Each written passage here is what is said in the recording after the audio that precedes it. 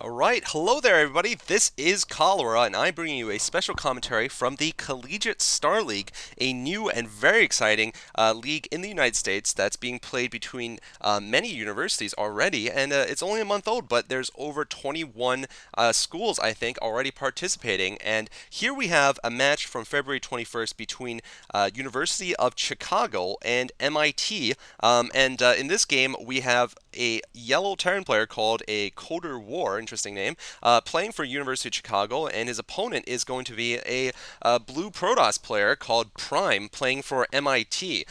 This is has been handpicked out of all the games that have been played so far in the Star League, and it really is supposed to be a very exciting replay. So I'm definitely looking forward to watching this. By the way, this is part of Voice of Esports new productions.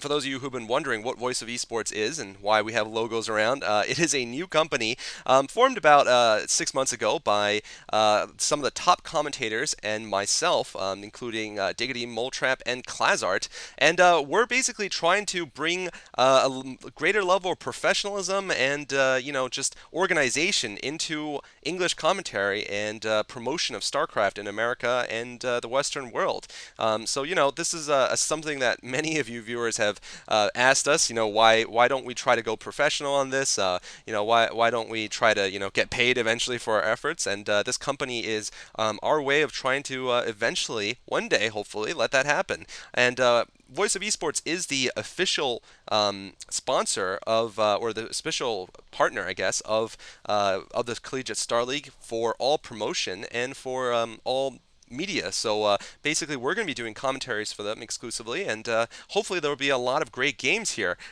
played, in this league. And I'm definitely looking forward to commenting on them. Anyway, let's go to the game here. It looks like we have a standard opening here from the Protoss player Prime, and he's scouting the Terran player AColderWar, who looks like he's also going for a standard mech opening. Going to put down his barracks and try to achieve a wall in here. He's also gotten a scout now into the Protoss's base. Protoss right now getting his gas at probably 12, probably a 10-12 there, and that's a very standard opening, of course, for the toss player. He's getting a Zealot also. Interesting enough, not going straight to Cybernetics Core. And it looks like the Terran has given up trying to kill this probe, who is going to continue to scout inside of the Terran's base. And the Terran should be putting down his first factory coming up very soon. Now, I don't know exactly the skill level or experience of these two players, but I can tell. I mean, I don't know if you guys are noticing, but they both were spamming quite a lot in the beginning of the game. I think they were at like 1,000, and one guy was at 1,000, and another guy was at 500 APM. And obviously, that is just pure spam. We're seeing a Cybernetics core here from the Protoss player, and what's he building? He's building another Zealot inside of his gateway. So he's going 2 Zealots before core, which is interesting because generally that lends me to think that he's going to be going for some kind of Reaver build. In fact, generally the Protoss wants to get 2 Zealots before any Dragoons because in the Reaver build, because you want to load up those Zealots in their shuttle with their first Reaver and use them to detonate mines and of course take shots so the Reaver can land safely. Meanwhile, it looks like the Terran has put down a second factory, so we're seeing a 2-fact build from the Terran, and it didn't look like the Protoss probe had a chance to see that, so I don't think he knows that AColderWar is going to be going for a 2-fact build. Meanwhile, though, it looks like we're seeing a robotics facility for the Protoss player Prime. So he is going to be going for that fast one gate into Reaver play, and that can be absolutely devastating against Terrans. However, it's mainly useful if the Terran decides to go for a fast expand, and looks like we are going to see Cybernetics Core researching Goon range here for the Protoss player.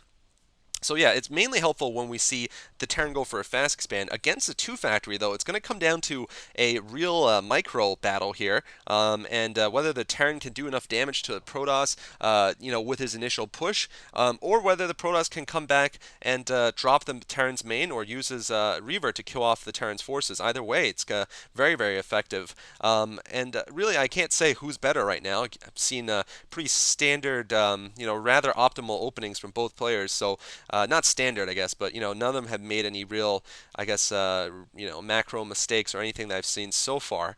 So can't really tell what's going to happen, but it should be very interesting. Looking at the APMs, looks like the Terran has settled down now to about 180 or so. And the toss is at about 115. The Protoss is allowed to be a little bit lower than the Terran in APM because they do have fewer units, and their units generally require slightly less micromanagement. However, this is a pretty significant gap between these two. I don't know how much of it is spam from the Terran, of course. Looks like the Terran. Oh, Terran! Kills the panda. Oh my god, he kills the polar bear. This is not good for the Terran. If you follow the theories of Tasteless, whoever kills the panda bear loses the game on destination almost always. So this could be bad for the Terran player who's now moving into the natural expansion. He's researching mines. This is looking like a standard fast push here from the Terran. He's also got some SCVs, I think. Yeah, there's some SCVs. 3 vultures, a tank, and he's trying to basically put up a contain here, maybe get some turrets up eventually, and then get siege mode and push up the ramp. Interesting enough, he's actually bringing back a couple of Marines and a tank, perhaps thinking that there might be a fast drop of some sort, and indeed we are going to see that. Looks like the first of 2 Reavers is going to be built here for the Protoss player. He might be waiting for 2 Reavers, in fact, to go and harass the Terran base. He's also got this nice wall in here of Zealots and Goons, so Terran player's not going to be able to force himself up right now exactly. He's also got, interesting enough, a couple of mines land in his own base. It leads me to think he suspects something is fishy. He knows the Protoss player has not moved out of his base, hasn't expanded, so he's suspecting either a Reaver drop or a DT drop, and that's why he's probably brought back all of these forces here, all these Marines and tanks. Looks like his APM continues to drop, though, so, really a Reaver drop and the subsequent defense of a Reaver drop, especially if you don't have turrets, requires so much APM if you want to be doing that and anything at all inside of your home base. So we'll see who can actually handle it, who can react correctly, and who is just going to end up not being able to control all their forces. I'm predicting that possibly there will be a 2-front battle here because the Terran has sort of an advantage at the Protoss's base, whereas the Protoss could be dropping for the Terran's main. It looks like he is going to go for the main here. He's also got an observatory up, so he's going to be able to get some observers out to finally push out of his base with his ground forces.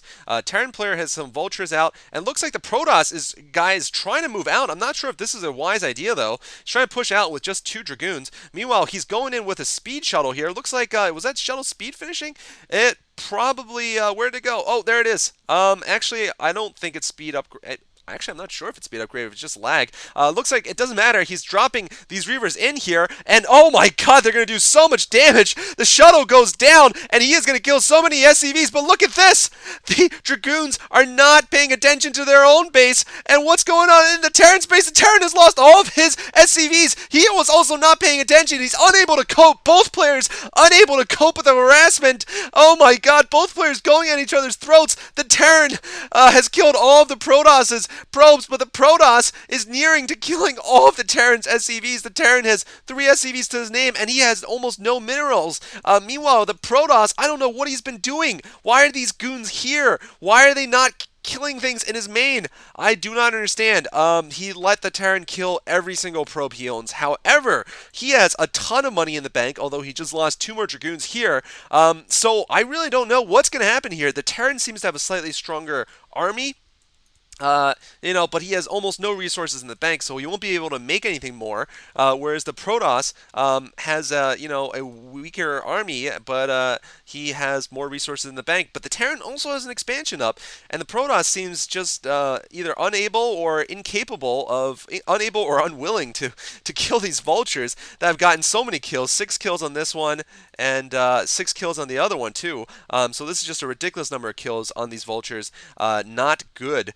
8 kills actually on that vulture. So that vulture is basically preventing the Protoss player from doing any mining. Like I said, I don't know the skill levels of these players. Of course, they're all amateurs. They're not going to be Korean pro gamers, but certainly this is turning out to be an interesting game. Also, the Terran player, why did he have another command center? WTF?